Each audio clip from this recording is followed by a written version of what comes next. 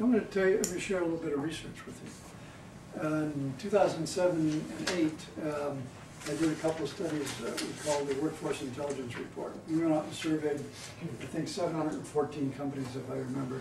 We asked them all kinds of questions about their practices across the whole range of human resource services. And one of them was about succession planning. And what we found out was that succession planning can correlate with revenue growth, provided you do it the right way, quote, right way. The right way was most of the things you already do, except you had to have a senior executive accountable for the succession planning program. It didn't have to be an HR person. If it is an HR person, it better be the CHRO, or it should be some C-level person who's got the power when someone doesn't do their job to come in and say, wait a minute, you're behind plan because this is important to us. And there are other steps to it, identify the high potentials, build career path programs, and all those kinds of things, review it periodically, et cetera, et cetera.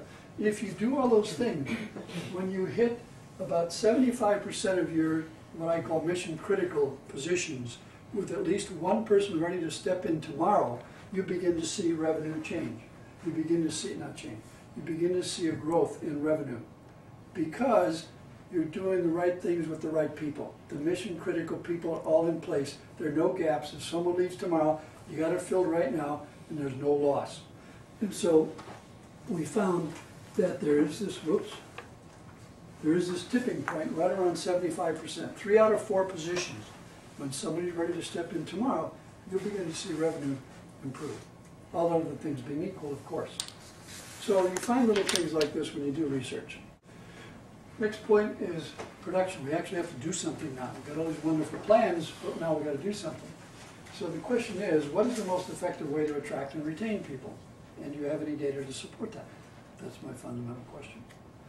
So here's the question and here's the solution. You take, again, some mission-critical job group. Okay? You look at all the people that you've hired 2 to 3 years ago in that job group, because we have to have history. Okay?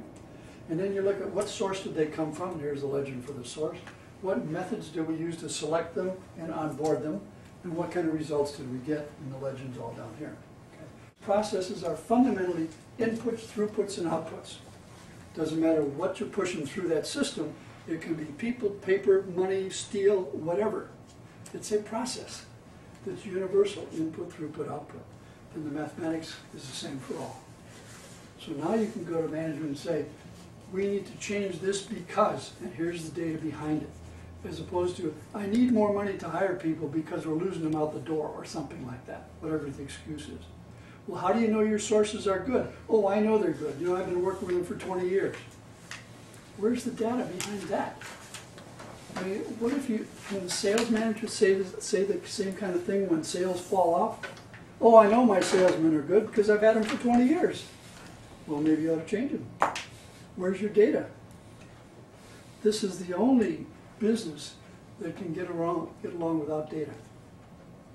There is an organization that I know of that spends $250 million a year on training, and they have no data to support its value. Okay, 4th step, predictive measurement. I think it needs to be a 3-point system. Because again, we isolate, we only track this or that or that. But again, they're interactive. The world is an interactive place. So the question I always ask, first of all, which is more useful? Reporting what happened yesterday, which is what we do now, or predicting what's going to happen tomorrow. So when I had to pack up to come here, what did I do? I looked at Charlotte and I looked at the 10-year weather history of Charlotte. Not really. I went to the Weather Channel, right? And I said, what's it going to be on Thursday? This, not that. This is no good. It doesn't make any difference. It doesn't tell me to bring an umbrella. This tells me to bring an umbrella. And I brought an umbrella. Okay? So I know it works. That's the point. It's about predictability. Okay? So at the strategic level, it's things like this. And the risk, again, can be as big or as small as you want. And I'm not sure if I have it in here, but I'm on the board of a company, and there are 6 human capital metrics we look at that's part of our board package. We look at it just like we look at all the financials. Okay, operational metrics are the stuff we track today. what does it cost to hire, how many people what does it cost to train, how long did it take to hire people, how many did we hire and train and process, what's the turnover percentages. It's the basic stuff that you measure if you're measuring anything. And that's fine, we need some of that. But that's not where the emphasis should be. Because in most companies, if they do anything, this is what they do. And they don't go beyond it. And that's not enough. Because again, that's only yesterday. And if you report what did it cost to hire and train people, what are you reporting? Expense. Yeah, you're not reporting value. It's like a sales manager saying we made 4,000 phone calls on customers and we spent $18,000 traveling last month. That's not the kind of stuff that the sales manager reports, right? Because that's expense. Why do we do that? Why do we do it? Because we don't know how to make the next step. That's the point. So that's what we're changing. Okay? And then these are leading indicators. This is what we need to spend more time reporting because these are predictive. Readiness is the succession planning thing I showed a minute ago. What % of our mission critical people do we have ready to step in tomorrow? Leadership and engagement you can do through surveys, right? You can find out how the employees feel about the leadership of the company. How is that predictive? If they think the leaders are great, they'll stick through tough times. If they think the leaders suck, they're gone when tough times come. It's highly predictive. A week ago, I ran my 4th annual Human Capital Metrics Conference for the Conference Board. We had 160 people. We've never had that many before in the 4 years by far. So the interest is rising around metrics. And coming out of that meeting, people were talking about this. They said, how can we put this stuff together? How do I know that when I do something in HR, it has an effect in operations or with the customers or whatever? And so they said, we need to deal with that. And well, simultaneously, we already had 3 companies from 3 IT departments say the same thing.